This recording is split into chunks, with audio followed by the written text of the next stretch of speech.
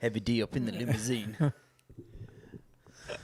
And that's just a reference to Jacob and his Instagram story. If you haven't seen Jacob's Instagram story from yesterday, he's been partaking in his new side hustle, which is is it lyrical flow or lyricisms or Lyrical hustle.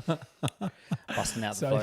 if you haven't seen his story, you won't, because this is going to come out in about 15 weeks or so. So it was a bit of Acon today, but yeah, welcome to Small Willies and Big Egos. Welcome. That is the intro this week. Welcome back, and I'll just get myself in position. I don't. Can you turn my headphones down slightly, just a tiny bit, please? Oh my God. Thank you. Is Very that better? loud. It's hurting my ears. That's way better. Welcome everybody. Welcome. Welcome back. We got new shirts today. We do. Offends. We're gonna offend some motherfuckers today. I'm feeling very privileged to have this shirt, and speaking around this shirt, I'm going to start off. I'm just going to drop it straight in today. I was super grateful that Jacob bought me this shirt, because over the past few weeks I've been set some challenges. More, Jacob being my mentor has asked me to. I was doing a few things in life that were me trying to escape feelings, or trying to escape things in life and trying to make myself feel good. And one of them was by constantly shopping. So it's been really nice to receive a shirt that is bought from someone else and actually not know that I've got 14 things coming in the mail. This is actually handmade, and I did it myself. And I went and grew some hemp, and then I did the stuff that makes it into a shirt, and then I made a shirt. And I named it Offends, like our friends. We are friends. We are best friends. There we go. Always got to start the episode with a bit of stupid shit. That is correct. Why? Just hang on, because I don't like that light. Continue. I'll just sit here awkwardly. Oh,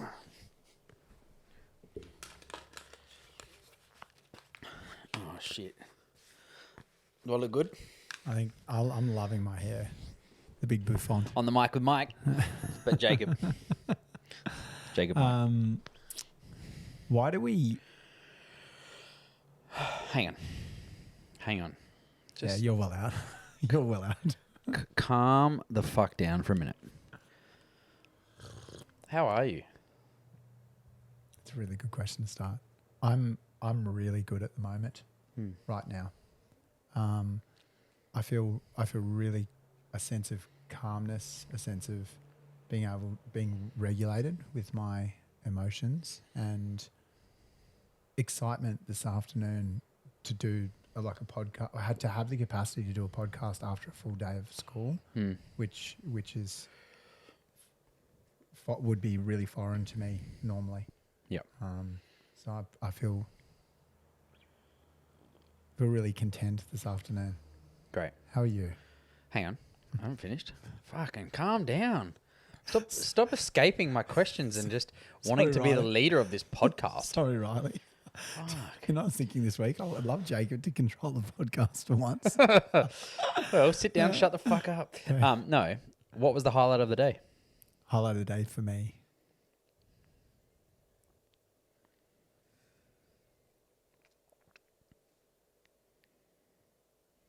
Definitely their persuasive writing in class today. We did emotive writing today. So I taught them about how to build sentences. My students, by they I mean my students, teach a year 5 class at Currumbin State School. I was teaching my students how to write persuasively from an emotive sense. So they listed 5 emotions that we have inside. And then we ended up as a class choosing sadness, and I started the sentence starter with innocent animals. And then they had to finish the sentence, but they had to try to persuade me to feel, or they wanted to make me feel sad and persuade me to do something because something is happening to innocent animals. Yeah. And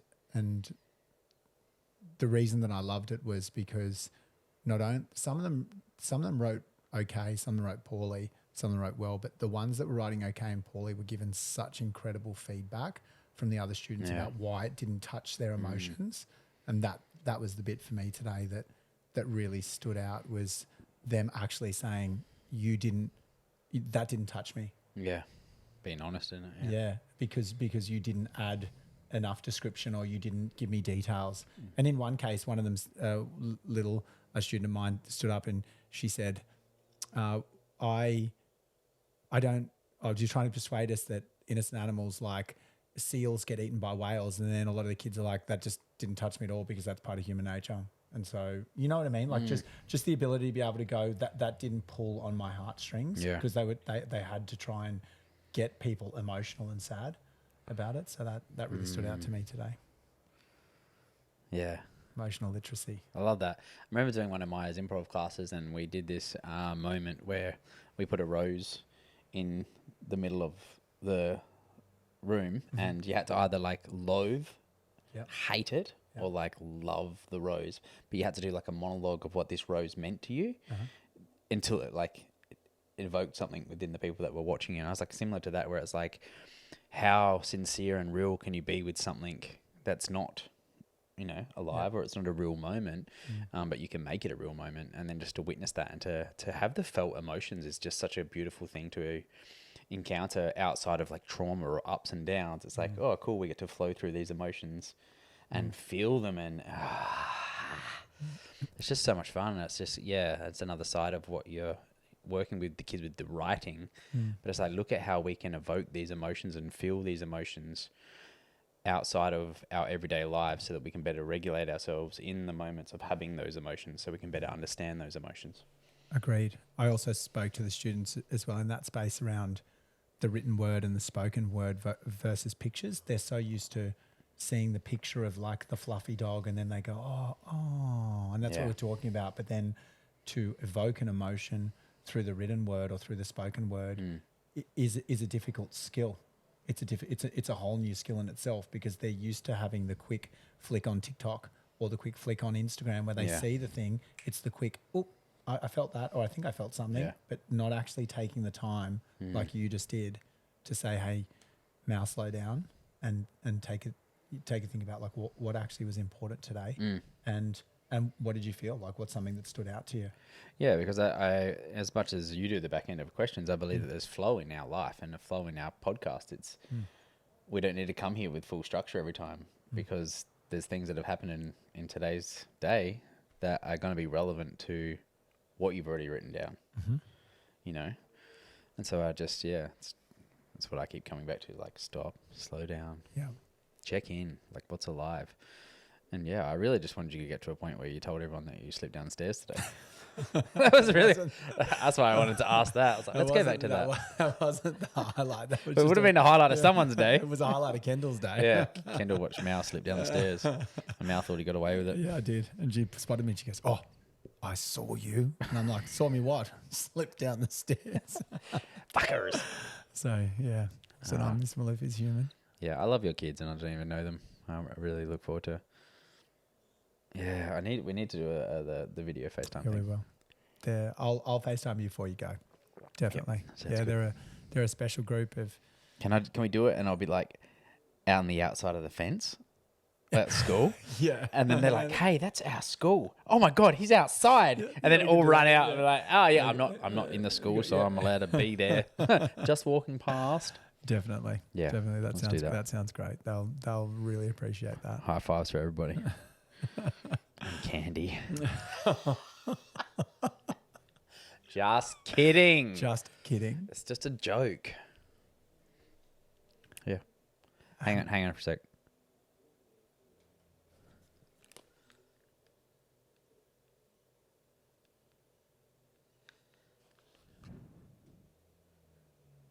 Yeah, it's just Joe's speaker. I'll have to check in with her, see how it goes. Yep. How was your weekend? My weekend was really good, and I'll do a quick check-in on my weekend because I wrote it for Circle, so I might as well check in with it now. How was my week? How was my weekend? I had a really difficult chat with a bro this week about some stuff that had come up and some things that we were going to be doing together, and just some perceptions, which was, it was a brother that has, mentored me and been there for me. And it was a difficult conversation, but one that I led and introduced the conversation, which was really beautiful. Broke up with my partner. That was interesting this week as well, but really graceful. Mm-hmm. And had a beautiful dance with Lukey on Friday, which just brought me back to myself. Saturday had a beautiful day with you. Went and bought beds, Mao's bed. That's it. And we laid in it together. And then Sunday was just really, really nourishing. Yoga in the morning with Danny Z, and then catching up with you and all the other bros, and Lindsay's back from overseas. So just dropping in with the men and just having a really nourishing Sunday. Went and seen Inside Out on Saturday with Joe, which was it's fucking amazing. Yeah, what a great lean into that. Today. A great portal to open up, even adults that aren't understanding their beliefs and their thought systems and how they operate as humans. Now we've got this beautiful movie. I haven't seen the first one, but a beautiful avenue for children to tap in and become so aware of how their inner world works, and how we are there to just love all the parts and love all the pieces. And we're not here to shun any of the emotions. We're here to love them all and let them do their little thing, because they all have their own operations within our system. And watching anxiety sit back and go a bit crazy through the movie, and then come back to a place where we didn't want to shun anxiety. We wanted to hold it so that it could actually come online at times to help us achieve the things that we wanted to achieve. It's beautiful. So I'm really good. Feeling really nourished, feeling really calm. A bit of fears coming up about going overseas, money, all that sort of stuff. That's starting to come online. Go home to Adelaide in 2 weeks, having a big chat with my father that we've been opening up for a while, to have this conversation around my mum and just a lot of childhood stuff, and really excited about that, and feel the heaviness of that journey. That conversation is going to be deep, powerful and profound, and ready to hold all the space for my man to just let things out that he's been storing for a long time, and same for me. It's a bit of what's going on in my world right now. Little bit on your plate there. Couple of plates. A few plates. You're at a what do you call it, a buffet? A buffet emotions. And you have all your different sections. I'll come back to Inside Out to start with. You come back to start with? Yeah, because there's a few things that we can delve. I used to say delge with a GE. I don't know why. Delve into. Yep. How do you believe that we can be, being at an age now, 30s and 40s, we're either parents or we're uncles, or in my case, a teacher. Yep. How can we be better helping children identify these emotions, and also get to understand their emotions better? Like, how can we be better at that? How do you believe we can be better?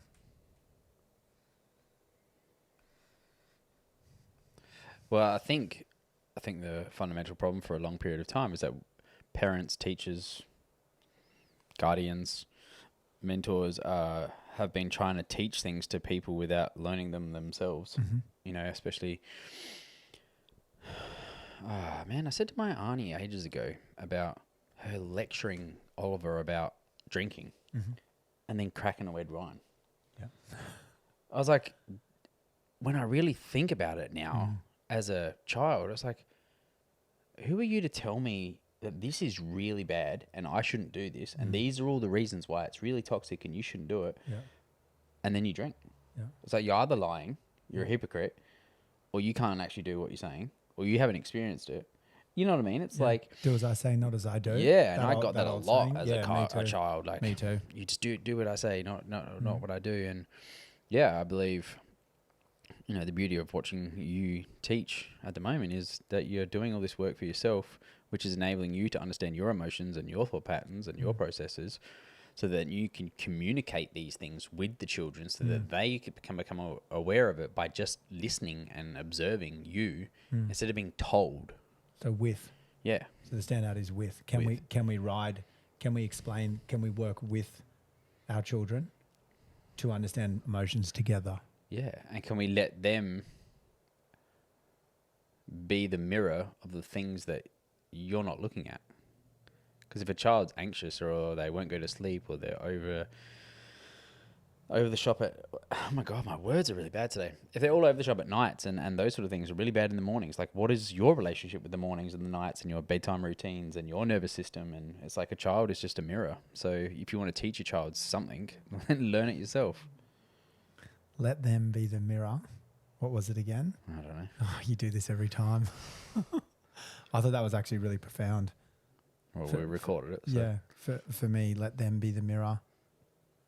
something. Yeah. Let them be the mirror to just, fuck knows. It just comes. My profoundness just flows. It's not actually wisdom. It's just, it's from somewhere else. Having emotional literacy, which is a pretty big buzzword at the moment. It's the first time I've heard it. In my eyes, it's huge. It's huge in, let's say, in the realm of education at the moment. Explain to me that word. Having emotional literacy is being able to identify an emotion and explain the emotion. So Emotional intelligence. Emotional intelligence, that's it. But it's saying having a literacy basically means being literate with those emotions. Yeah. And obviously that's an extremely difficult thing, and it's going to be I don't believe that we'll ever figure it out, because what you feel and what I feel is for love is completely different. What you and I feel for anxiety is completely different, and also we may feel it in different parts of our body. I want to go back. I don't think we'll ever figure it out. What are you talking about? Well, figuring out as far as... Emotional literacy is individually based. Yeah, definitely. And then it comes back to the ability to communicate your feelings into an articulate way that makes sense for the human mind to understand. Mm-hmm. So what are you saying that we're not ever going to achieve? Because I believe if you can understand your emotions and you can then articulate via words that convert that into someone else's brain, they will understand what you're feeling. It's the whole point of emotional intelligence is for you to articulate the things that you're feeling so that someone can understand you better. Mm-hmm. I guess for me, it's more around... There can be a few emotions running at one time. Yeah. Within you, and so it's difficult for you to understand exactly how I'm feeling at any point in time. But I do feel what you just said does make a lot of sense to me as far as the communication goes, because I probably didn't think of it like that. I was thinking it more from a structured pedagogical sense. So as far as like, this is anxiety, this is what it is. But this is why it's not that. Yeah. This is why trauma isn't just trauma. It's individual based. Everything's individual based. There's no one map fits everything. So in like Inside Out, the anxiety that's going to operate in that child's head is going to be different to the way that it operates in that child's head. There's going to be a general consensus of how it flows through every single person, because we get it in the same physical body. It's all come from the same sort of place around fear of anxiety, of not feeling worthy enough, not good enough. Like the fundamentals are the same. Yeah, yeah. The underlying things are generally the same. And it's just how we react to them. Yeah, and also communicate them. And I think like you saying, you having three emotions or going through three things at once. It's like I can be angry, sad, and frustrated, but the way I articulate that to you is just me. I like that, because I posted yesterday about Jake Woodard about emotional intelligence and a man's capacity to have, or anyone's capacity, child, mum, like children, wives, husbands, anyone having like in extreme trigger. But being able to be like, hey, I am really triggered right now, and my internal system is like on board. It's on fire, but I'm able to articulate that instead of just throwing off the handles or reacting it was just I think that's the piece. That's a huge piece that just dropped in for me, because I definitely didn't think of it like that. I'm always looking from an educational sense. I'm looking for the answers, right? Like you're trying to get somewhere. Yeah. Yeah, because we're putting, a half plus a half, Yeah. we're getting a whole. Whereas that's not the perspective we're coming from here. And so what I'm going to go back to my students and talk about this week when we are focusing on emotional literacy is it's how we communicate that it's about how we communicate the emotion. Once we've understood the emotions too, like we have to start to learn about. What is the definition of word literacy? You keep going. Yeah, I think that having an understanding of the actual. Why are we using literacy? The ability to read and write tests of literacy and numeracy. Competence of knowledge in a specific area. Yeah. It's a competence of knowledge. Competence of knowledge. In a specific. So competence of knowledge in emotions. Yeah. Competence of knowledge in emotions.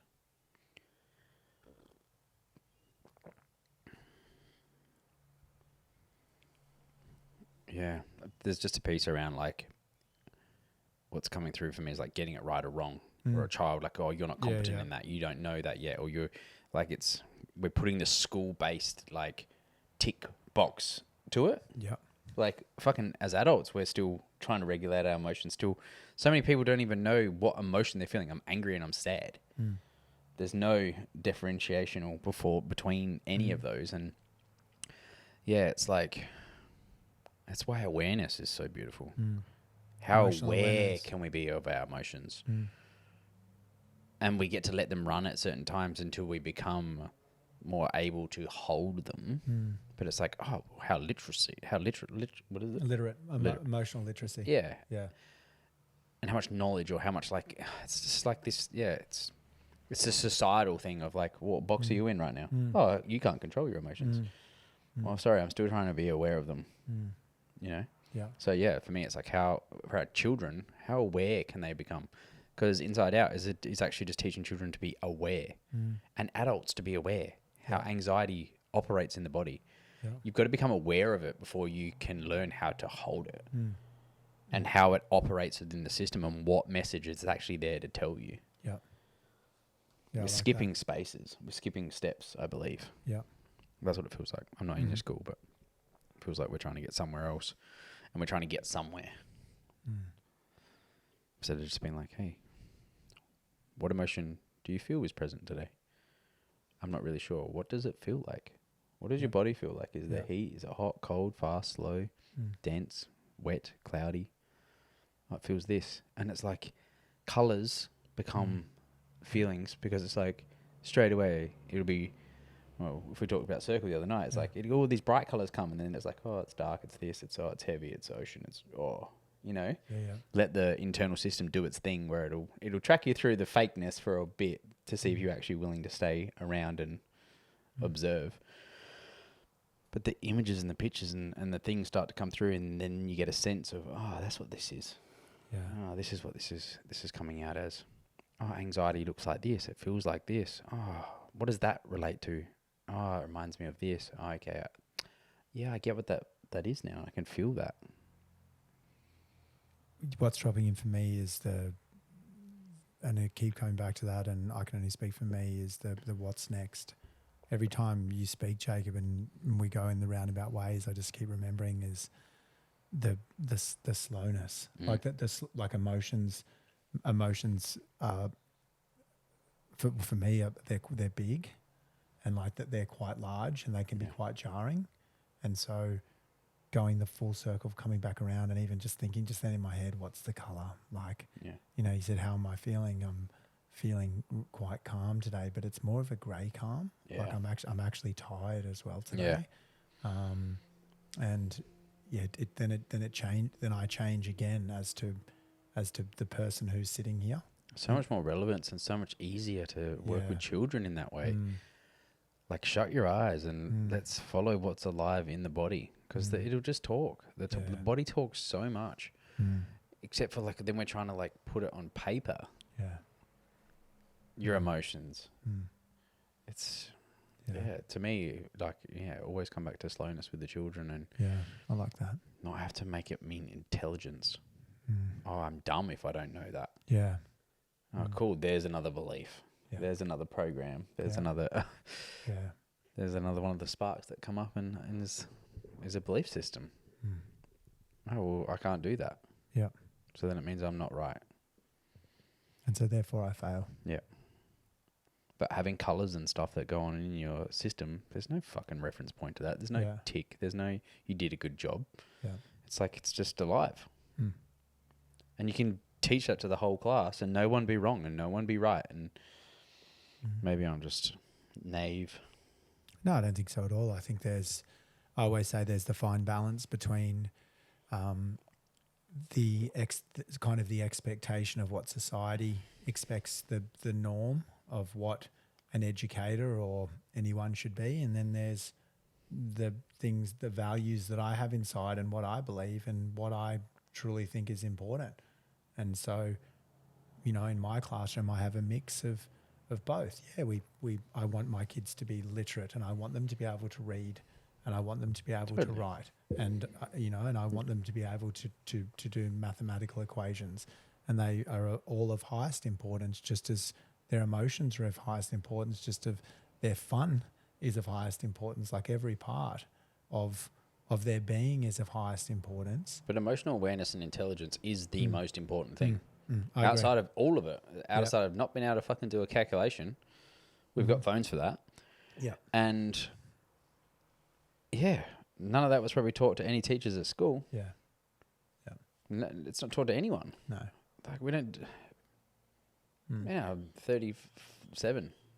Learn about any of this shit to a few years ago. Yeah. No, definitely. Like I had a really beautiful message from a good mate of mine today, Nath, who had said exactly what you just said. He said that I posted a picture on my Instagram story of just the mindfulness thing we were doing in the morning, and it was telling your parents, writing a letter to your parents today about something that you do at home that frustrates them, or something that you don't do, and basically just explaining to them why it frustrates you, the thing that could be doing the dishes, right? And so they could write to them, dear dad, dear mum, I'm really sorry that, I don't like to do the dishes, and I know every night I scream and I rave, but this is actually how I feel. Yeah. And so giving them an opportunity to actually speak to their parents, not have to articulate it verbally, because sometimes that can be hard, but to give them the thing and still tell them that they really love them, but this frustrates them. And is there an opportunity that they can either do something else, or can they work out a way that they can do it that it doesn't bring up those huge like emotions, or can they find a way to navigate through those emotions? Because they all go. I said, what frustrates you? I don't know if this is a tangent or not, but I read this post today about a family at dinner and the mum and the daughter and the grandparents' house, and grandpa being grandpa was like poking the young girl. She was like 3 or something, and the mum could register that she wasn't enjoying it. Like it was tickle when it was like, she's like, tell grandpa no. And she was like, the child was like struggling to articulate the things, and you could see that she was afraid, and she was looking at her mum like, are you going to protect me here? Like saying, the mum was like, hey, like stop it. She doesn't like it. And the granddad's like, oh, well, that's it. I'm allowed to play with her however I want to play with her, which we've like grown up with that. Like that's what granddads do. Yeah. But I was like, and then the mum was like, no, like she doesn't want you to touch her right now. Yeah. Stop touching her. And it's like quite an uncomfortable conversation for a grandfather that's trying to love his granddaughter. Yeah. But you're actually suppressing her emotions, and you're making it seem like a man can do what they want, and you actually don't have the right to say anything right now. Yeah. From the age of 3. Yeah. And I was like, fuck. Yeah. Like that's hard. And you need emotional intelligence and awareness and regulation to be able to be like, hey dad, she doesn't like it, and this isn't about you. This is about her, and me wanting to give her, hey, now can you tell grandpa that you don't want him to touch you? And like letting her use that. And it's like, if you don't have the I don't want to say intelligence, the awareness to one, to be able to see it. Yeah. And then 2, be able to formulate it in a way that's actually considerate of your loving father that's trying to be there for the daughter. I was like, oh, this is so powerful, and this is such a huge point. Like, you don't realize how much kids are suppressing from such an early age. Yeah, agreed. And I get to see, the best bit for me is that I get to see or hear so much of it because I ask them those sorts of questions. you know, and I let them voice that stuff in the classroom, like what actually really frustrates you at home. And then we can talk about it, and I can relate then to all the things that used to frustrate me when I was a kid, and all the words that I didn't say. And what I try to do is I try a lot to teach them about I feel statements. So, you know, I feel when you talk to me like that, you know, it makes me feel frustrated, or I get really sad. And what I'm hoping, the big piece is that, and this is the complete mirror, or the part of me is what I've learned significantly lately, is love is not what we see in the Disney movies. And we've come back to this, we spoke about it in the last episode. For me, a big piece of not knowing what love is, that I actually really start to understand now that love is that communication of the feeling that is alive. That is how we grow, because as soon as we communicate that feeling, and if we can teach our young kids to communicate that feeling, or even, you know, the color from a young age, then as we get older, we're able to start to communicate those feelings in our friendships, in our relationships with our partners, and just in everyday life. And so the segue for me is that... Hang on, I got another quick segue. Well, what I was just thinking about then was like Disney movies. Yeah. And about love. And I was like, in the end, I could be completely off here because I haven't watched a Disney movie in such a long time. But the Disney movies always come back to this like really beautiful, organic place of love, because communication is the thing that brings it back. Like if you think about Belle and Beauty and the Beast, it's her communication. It's all the candles, and it's all the people around the houses that are openly communicating the truth of who he is and what it is. And she's able to, you know, he's got his own trauma, and he's actually doing it for love anyway, and he's doing it to save her. And I guess they're the nuances that you probably don't think about as much. Yeah, but I believe that there's a lot of the truth comes like out in the end, like the true tone, the thing that's actually real comes out, and that's why there can be the happily ever after. And I believe that there is a happily ever after. I really believe that there is Disney love out there, and yeah, I don't want to keep saying that it's not fucking true.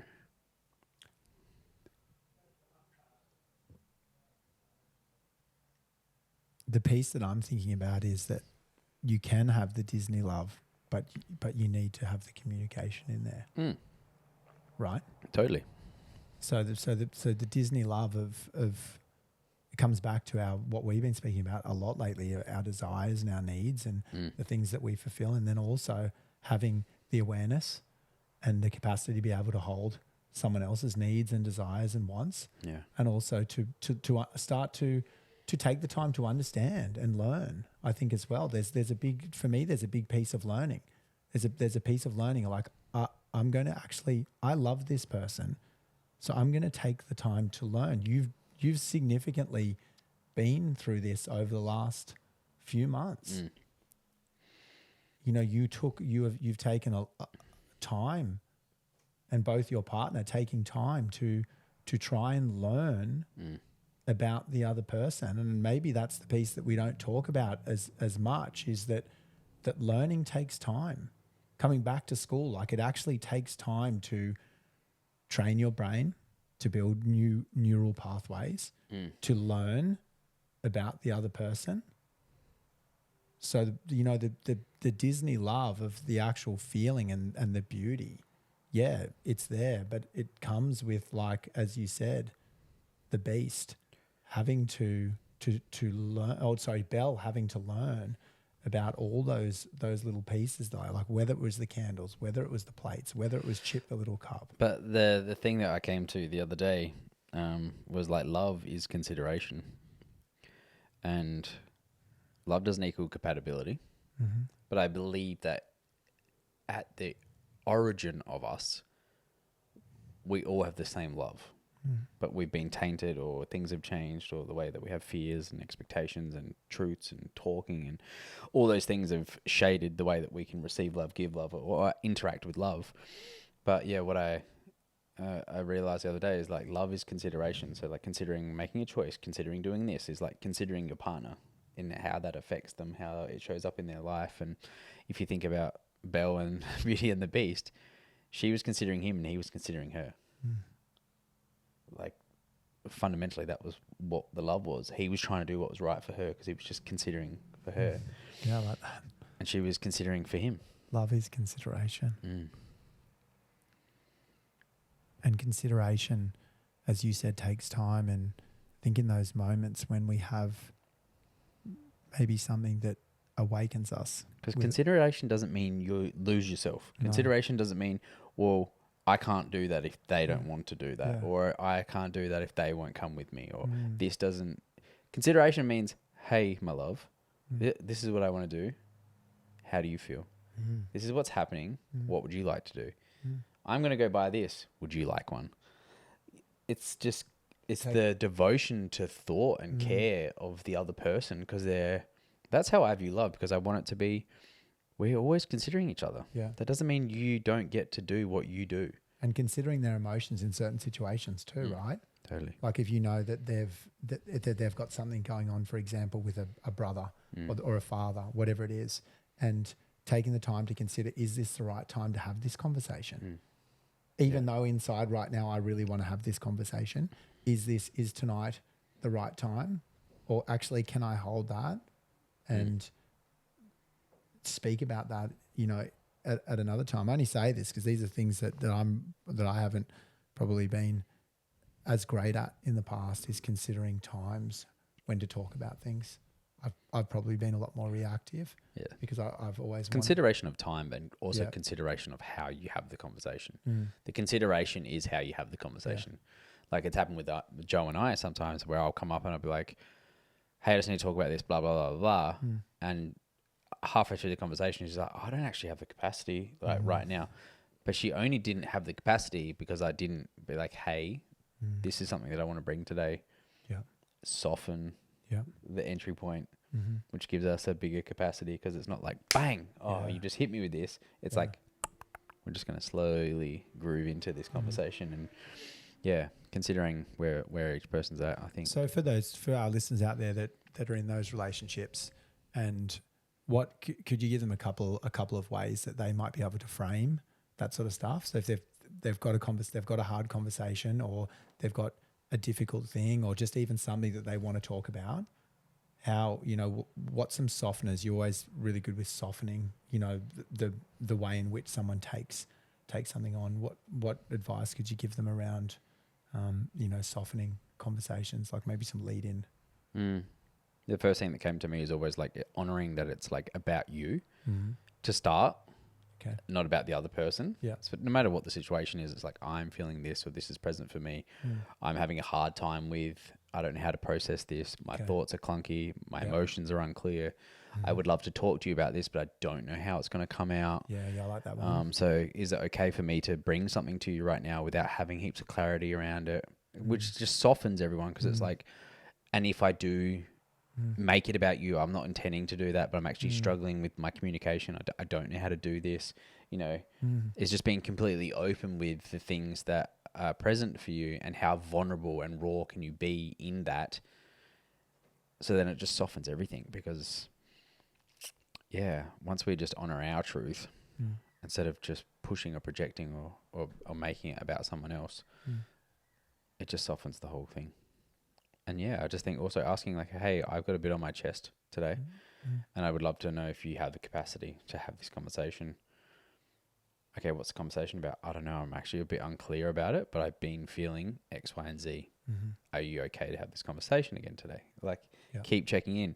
And even halfway through, this is what I learned the other week, was registering where you're at and what your capacity levels are. If you're at 2 to start and then you're like 3, 4, 5, hey, I'm just willing to let you know that I'm actually starting to increase here, and I'm feeling my nervous system starting to come online a bit more, and I just wanted to check in with you because I'm starting to maybe wonder whether I'm going to be able to hold this conversation. Okay. And then just keep working through that. That's just a constant flow. If it's an hour conversation, you're going to have different moments there. Coming back to 0 point, coming back to a place where it's like, let's both just take a breath. Let's just stop, pause, recalibrate. Yeah. I feel like we're starting to argue about this, or I'm starting to want to be right. I'm starting to want to be right. Not you're starting to want to be right. It's like I can feel that this conversation feels like it's becoming like someone needs to be right, or I'm feeling like there's that. Yeah, if we just keep coming back to us, but also honoring your feelings too, and also knowing that you're going to fuck it up sometimes, and it's not going to be beautifully regulated, and everything's not going to come out perfect, and that's beautiful as well. Yeah, I really love that. I had a question in here for you today. Yeah.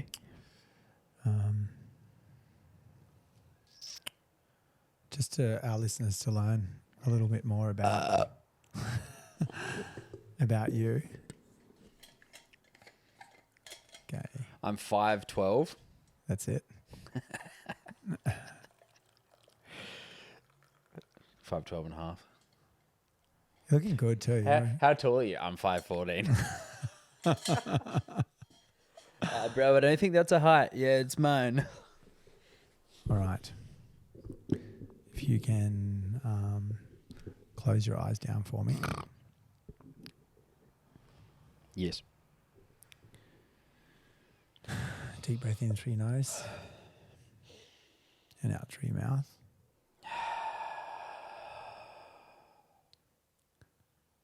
What parts of yourself do you hide from others? And why? And why? Yeah, fuck it. He's going to recalibrate this now because I know a lot of the men in the men's circle are going to enjoy this one. So I asked the men this in men's circle last week, which was quite profound for everyone. Yeah, it was awesome. What's the piece that I hide from people and why?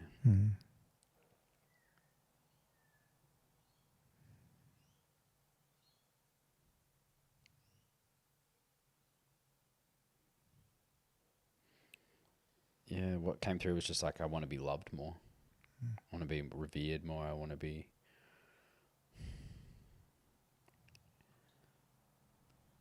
Yeah, seen more. Like these are the things that are always uncomfortable because it's like, do we have the power to admit that we want to be on a pedestal? Do we want to, like I want to be seen as the man that I see myself as, and yeah, it's not from an egotistical sense. It doesn't feel like that because I don't actually parade that. That's why it's the piece that doesn't get spoken. Or, I just think about LeBron James and Michael Jordan. We're talking about, and like I was listening to LeBron James talk about a moment the other day, and he's like, "Oh, that's when I knew I was the king. That's when I knew I was like I was something." Like it was just like it was almost icky. And the thing that like Jordan never said that, but it's like why I'm saying it's the piece that I feel is it's okay to feel it. It's okay to want that, but how you action it and how you parade that is what defines you. So yeah, I feel like there's a bit of like neediness of like the love that I want from people.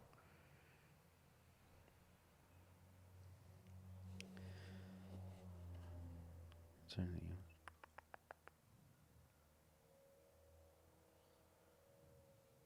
Can you ask me again?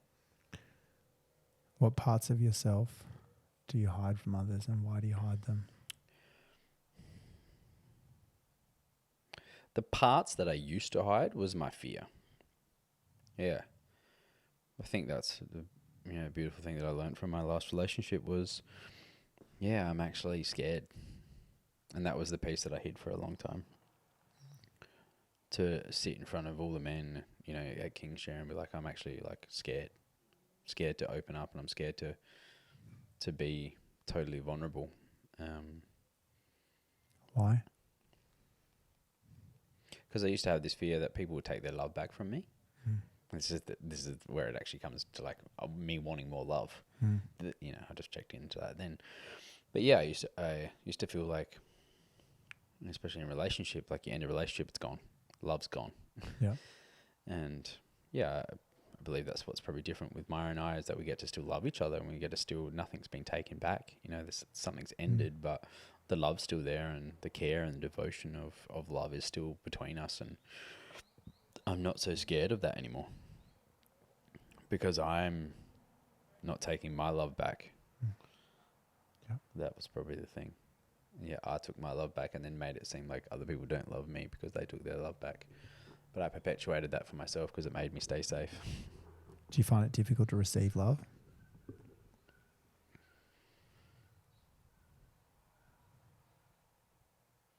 No, not anymore. What about with me?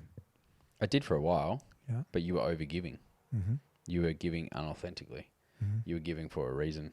Mm-hmm. So when your love became more distilled and more actual true, I opened up more to it, and it became more real. Yeah. You know, yeah, I wouldn't say I was not receiving your love, but I also don't believe you were giving your love. Mm-hmm. You were giving me something. Mm. You're giving me validation or something that made you feel a certain way. Mm-hmm. And I registered that was coming across in a certain way, and I wasn't receiving it, and it was actually shutting me down more than it was opening me up. Yeah. And now, I'm totally open to receiving your love now, because I believe that you give it differently now, and you're aware of actually giving love when it's actually present, not for the sake of making someone feel something or getting something for yourself. Definitely. That's a big shift. And because a lot of people give love to receive love. Yeah. And I don't want that love. I want the love that's just organic, you know, and it's there and it's true. And I'm also okay to not receive it if it's not there. Why do you think we give love to receive love? Is it going to be, is that too broad a question? Is that going to be different for everyone, or is there a blanket there of why we give love to receive love?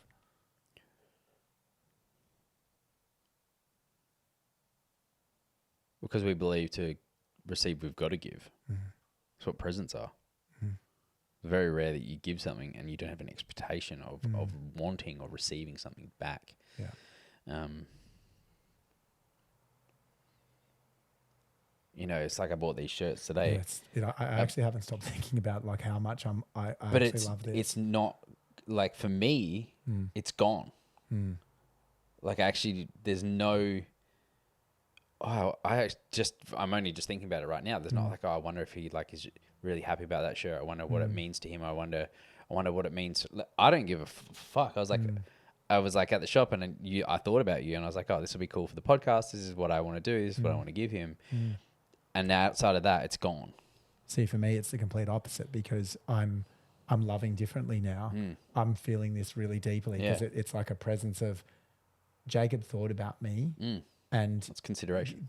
That's it. Consideration. I love that. Yeah. And also consideration for myself lately because I haven't been so, I guess, leaky with my love. Like it's, but it's even like your clothes thing. So this is the trust of the universe. Is like, I prompted you a month ago now or whatever it was to be like, hey, stop buying fucking clothes. We didn't even talk about it. I was just like, hey, bro, you're buying a lot of clothes. Knowing for myself that used to be a way that I validated myself, created love for myself because I wasn't getting loved from a woman. I wasn't getting intimacy from external. I wasn't jerking off or I wasn't doing this. Yeah. So all the things, and I would just buy clothes constantly. And I've seen that within Mao. Yeah. And, you know, subconsciously, there maybe was a piece where I was like, I haven't bought any clothes for ages either. And I randomly seen these. Well, I went in to buy a jumper at Sideways. Yeah. And I seen these straight away, and the jumper just was gone. And I was like, oh, this will be cool for me and Mao. Didn't even think, oh, he hasn't been buying clothes. This will be really important. It was just, I just followed the thread of like, oh, this would be cool. Yeah. You know? And it really is. Like I'm wearing it with such pride today, just more around the thoughtful, the consideration of the gift, but then the way in which I feel loved differently now. Yeah. You know, like to me, let's talk of colors. I feel like it's yellow and it's warm on me today. And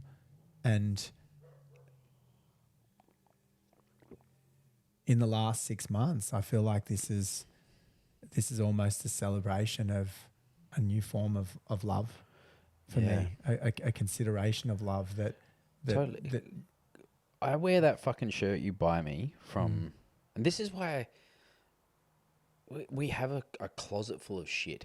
And to me, I'm like, I've got really nice clothes. I don't like not even the clothes that I want because I don't spend the money on the clothes that I want.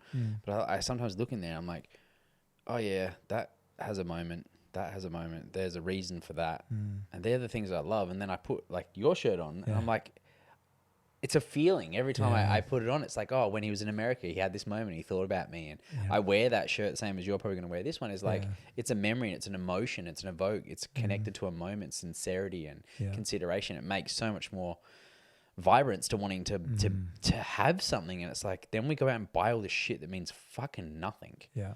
You know, that's like when I moved to Adelaide, I gave away so much clothes. I gave away 65 pairs of shoes to this men's home with like disadvantaged kids and men.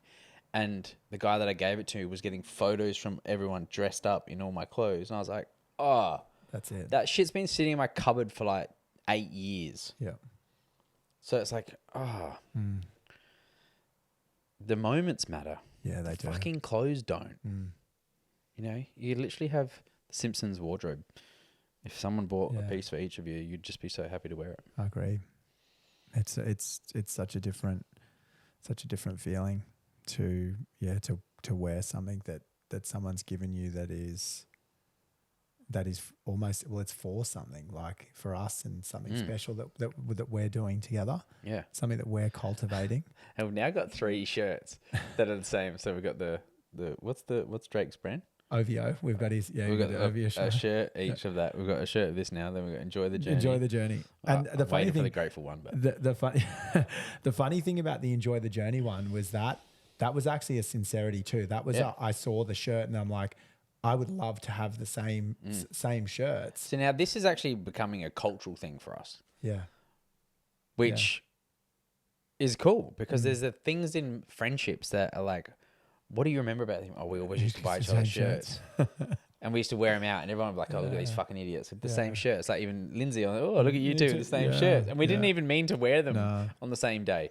I also speak about constantly our tattoos in the fact that I always make mention to Jacob that, you know, there's not many people I know that is relatively heavily tattooed, that I don't know, when I'm with you, it makes me feel seen and safe, and those things that we constantly talk about. But that's just like one of those little things where I'm like, oh, like if we're walking on the street, I'm like, oh, I feel really cool walking next to Jacob.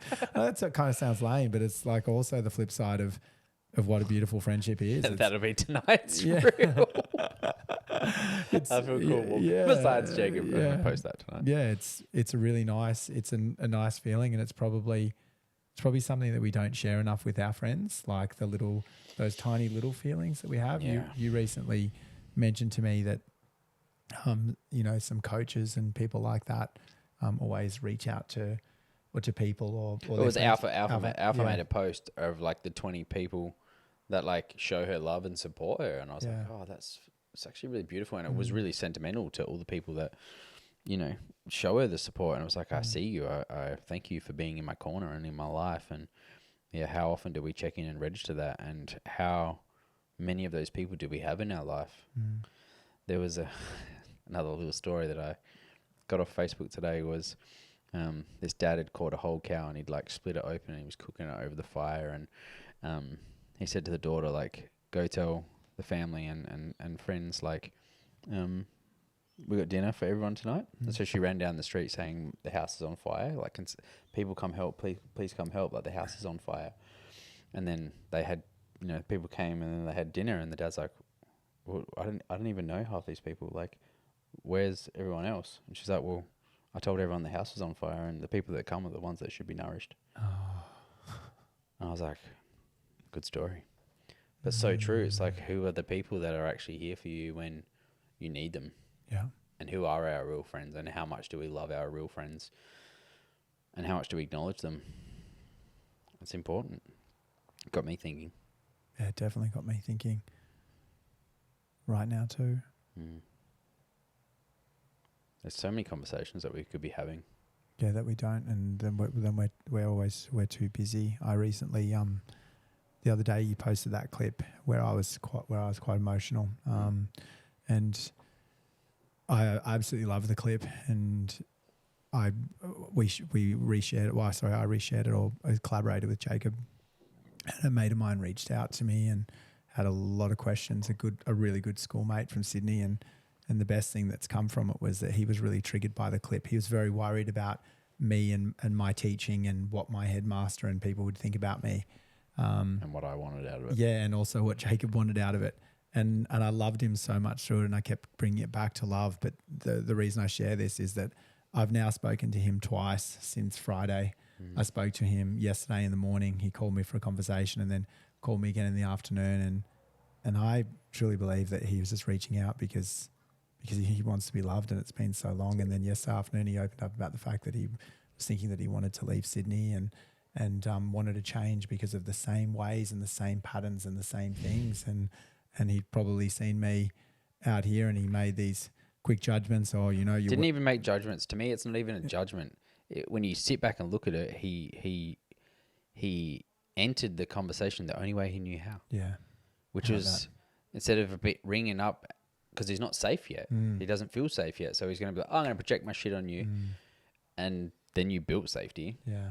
Over a couple of days, and then you got to open up. It's like, this is the thing. Yeah. Made judgments quick. I don't know he didn't. Yeah. It's just his subconscious gave him a way to connect. Yeah. And a way to enter the realm that you have at the moment. That's such a beautiful way of putting it. You know? And that's the beauty of like not taking it personal either. It's like, cool, I'm here. It's like now once we get to this period, it's like everyone that's triggered or they're this, it's like they just want to be nurtured and loved. Yeah. And we don't have to always accept the way that they're acting. Yeah. But yeah, I think, he used judgment as a form to enter a conversation with you. And it's just so beautiful. You know, we talk about, we started this conversation around communication with kids and emotional literacy. And like we always do, we've come full circle back around to communication and emotional awareness and having an understanding and taking the time to cultivate love, taking the time to, which is a big one. And I'm going to say this again, find yourself a coach or a mentor or someone in the mental health space, especially this human. That is not a plug at all. That's me from my undying heart as a best friend and someone who I call a brother. Is please take the time to learn about how to better manage your emotions, how to better facilitate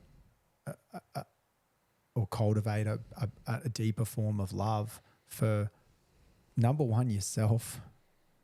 And the flip of that is the mirror is the love of others, what you get back from others. And I can wholeheartedly sit here now and say, my class is phenomenal. My relationships at school are phenomenal.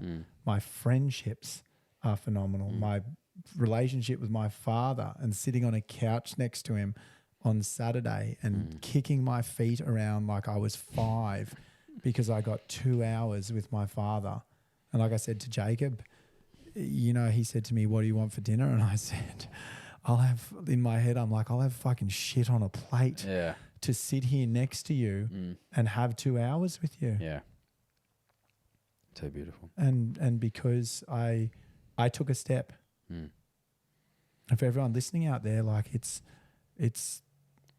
I'd love to say that, and I hope people are getting some stuff they need. There's a lot of stuff on, your emotions and how to understand off social media. I know there's a lot of stuff there, and I'm never ever taking from that.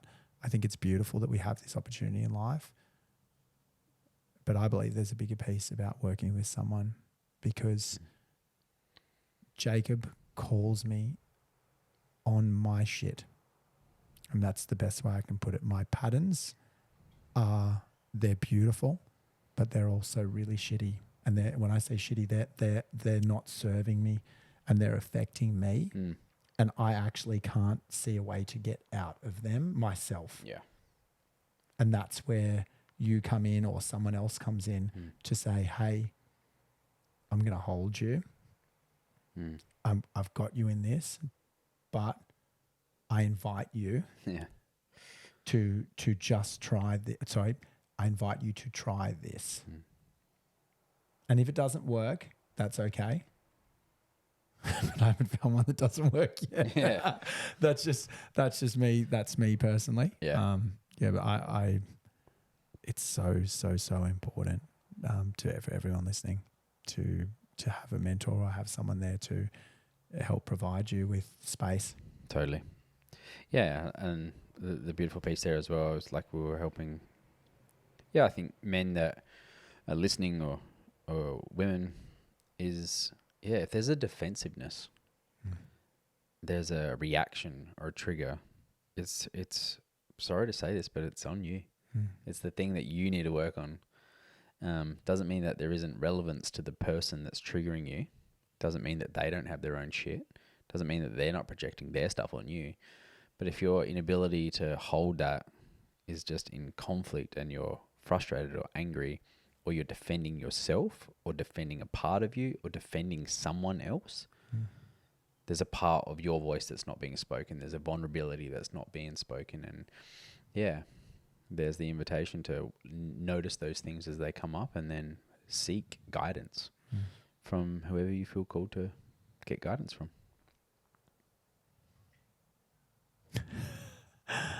I feel good tonight. I think that was beautiful.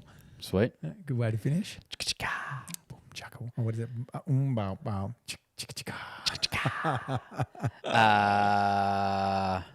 What's our sign out? I'm an alien.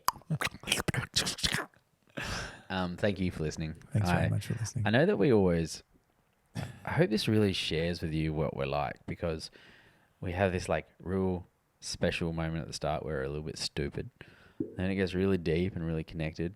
And then I just have to end on stupidity but I love every that. time. Because otherwise I leave, like I walk out the door and I start having more conversations with myself in the car. I want to come out and just be like, oh, cool, it's done. Because I am a goofball. Yes. I just want to be a goofball.